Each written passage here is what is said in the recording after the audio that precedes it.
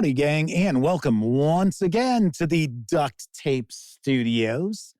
I'm Jeff McAleer, your host, here at the Gaming Gang channel. Thanks for joining me once again. Today, I am going to share my review of BX Advanced Bestiary Volume 1 from Third Kingdom Games. This is written by Todd LeBack, and this volume includes monsters from A through D. This 134-page volume is available in hardcover, carries an MSRP of $32.95. Also in softcover, which is what we'll be taking a peek at, that carries an MSRP of $27.95. Or you can grab just the PDF alone over at DriveThruRPG for $13.95. All that said, let's swing on over to the other camera because here I've got BX Advanced Bestiary Volume 1. A few things to mention before we get stuck in. First of all, the fine folks over at Third Kingdom Games were kind enough to provide me with this review copy. But neither I nor anyone else affiliated with the Gaming Gang has received any other sort of compensation for me to share this review with you. These days, it's very important you know that. We're also not going to look at each and every page of the bestiary, but I do want to give you a good feel for what you're going to find inside this book. Lastly, I do have to apologize to the folks over at Third Kingdom Games because this review has been a long time coming. I had somebody, they were going to come on board. They wanted to review a lot of the OSR stuff that I'm getting, and they just never came through. They kept telling me, oh, yeah, I've got it, it's coming. And it never came. So my apologies to the folks over at Third Kingdom Games for this review taking so long to come out. Now, I should also mention that Third Kingdom Games is in the midst of a very successful Kickstarter to fund Volume 2 of this series. And as I release this video, there are still 8 days left to support that Kickstarter project. So by all means, if you find yourself intrigued by this following my review, not only can you pick this up, but you'll also be able to reserve a copy of the second volume over on Kickstarter. All right, let's jump on in. First thing we're going to do is give credit to the artists who brought this volume to life. There are quite a few here. So let's make sure we just share credit where credit is due. And we'll jump on in. Do want to mention that this is designed for use with old school essentials with the Classic Rules tome. So many of these entries are in the basic tome for OSE. And in that case, you will not see a stat block. Now, there are variations to just about every single one of these entries. Those will have stat blocks. But it's important to keep in mind, if an entry is in OSE Classic Fantasy, you are not going to see the standard stat block because it's in that book. So this makes this very useful with old school essentials, maybe a little less so with other BX-derived retro clones out there. Although the reality is, you get the different variants, so you will get stat blocks for these entries. Something in these entries I find really interesting and really useful is the special qualities. So depending on the creature, you're going to roll a die. It might be 1d6 for many of them. Dragons actually get a 1d100 to roll on, a percentile die.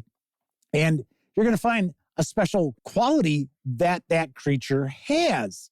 And I love that because what it does is it makes these far more unique. So every encounter with one of these creatures or monsters is going to be a little bit different. So you really avoid that pitfall of your player characters encountering a certain monster or creature a number of times, and they're always kind of the same thing. So it gets to be sort of, ho-hum. Oh, it's another centaur. Okay.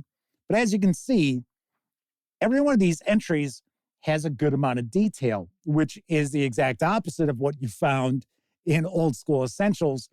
In Old School Essentials, the bestiary entries have a couple of sentences and then a stat block, essentially. Here we get far more than that. And that'll really help the game masters bring these creatures and monsters to life at the game table. Absolutely love that. So let's take a look at an entry in detail or relative detail. Here we got the carcass crawler. The carcass crawler has 8 2-foot-long tendrils ringing its mouth and a total of 8 possible attacks against a target. With 8 attacks per round, it is almost guaranteed the crawler will hit a target regardless of its armor class. One suggestion is that instead of making 8 separate rolls, the carcass crawler attacks a target with advantage. It can attack up to 3 targets per round, each with advantage, providing the targets are all adjacent to each other. So right there, now you're getting a variation. You're getting an optional rule as far as the carcass crawler's attacks. So here for the special qualities, you're going to roll a d6. Normally, when you're rolling the d6, you'll have 4 different abilities, and then 5 and 6 usually represents a spell-like ability.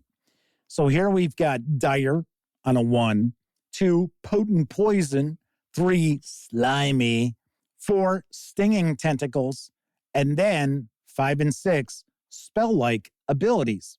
And then we get into our variations. So we've got the Carcass Worm, we've got the Nidhogg, we have the Shagalahow, or whatever. But as you can see, a lot of really cool stuff with these entries. So rather than just the traditional old school Renaissance carcass crawler, now we get some different things thrown into the mix. So very, very nicely done. I gotta say, the section for dragons is pretty extensive. It's almost 20 pages long. But the really cool thing is that we will see just about every one of these entries is going to be more than a couple of pages. So I like that quite a lot because it's really providing you a lot of bang for your buck with these various different creatures and monsters. The artwork throughout is a bit of a mixed bag. There are a few pieces that are pretty underwhelming, but the reality is this harkens back to the Monster Manual so nicely. I'm not going to ding this for the art. Plus, Third Kingdom Games, they are a small publisher. We should be happy that we've got artwork for just about every single one of these entries. In fact, some have multiple pieces of art. But like I said, this harkens back to the Monster Manual so nicely. I'm used to having kind of a mixed bag of art with OSR releases. So here's an example of the dragons and various different attacks, different ages of dragons. We get into those special qualities. So here we've got the percentile dice, and some examples are burrowing, fear, invulnerable, potent breath, rending attack, spell casting, toughness, venom, and then custom. So the referee, the game master, can create a custom special ability. So we've got component parts, so various different crafting items or items that can be sold, such as, say, scales. You use dragon scales for creating armor. So then we get into some of the variant dragons. So we've got stat blocks for different kinds of dragons. So here we've got plains dragon, mountain dragon, royal dragon, swamp dragon. As you can see, we do not have the different colors, the different chromatic dragons in here. They are kind of by terrain. But then we get into variations such as the Dracolich, the Dragonborn, Shadow Dragon. So love the fact that we've got, as I had mentioned, nearly 20 pages devoted to dragons. It is excellent. And I will say that this information is not overwhelming either.